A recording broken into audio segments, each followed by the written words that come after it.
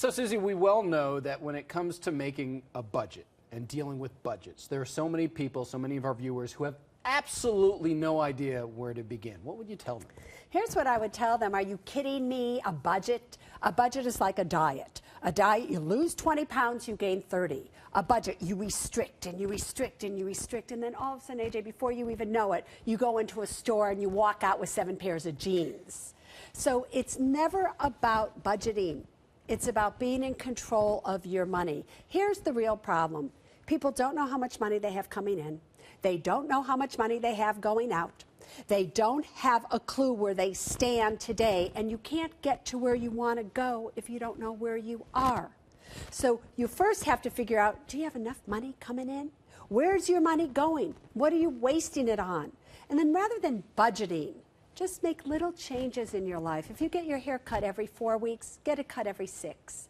If you go out to eat once a week, go out to eat every 2 weeks. Do little things, but not where you feel like you're restricting yourself. Otherwise, you're going to blow it big time. So all of that brings up the idea of wants and needs. Yes. Because sometimes it's hard to differentiate. I mean, a lot of people will say, you know what? I need an iPhone because if I don't have that iPhone, I won't be able to stay in touch with my work associates.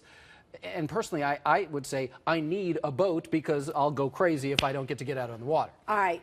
We can fool ourselves all we want between needs and want. We can play the psychological word game between the difference between a need and a want.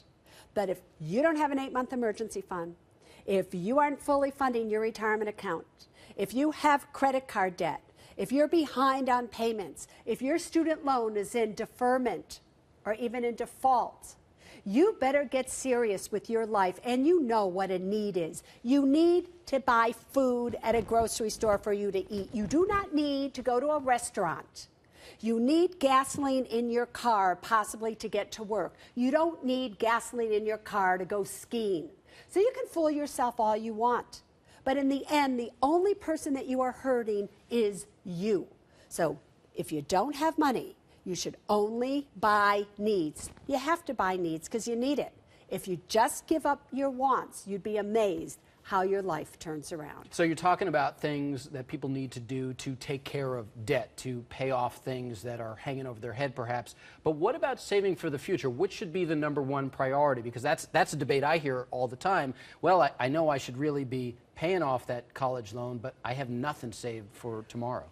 When it comes to college loans, I am here to tell you, college loans are the most dangerous debt you could have of any kind of debt out there. More dangerous than mortgage debt, IRS debt, credit card debt. Why?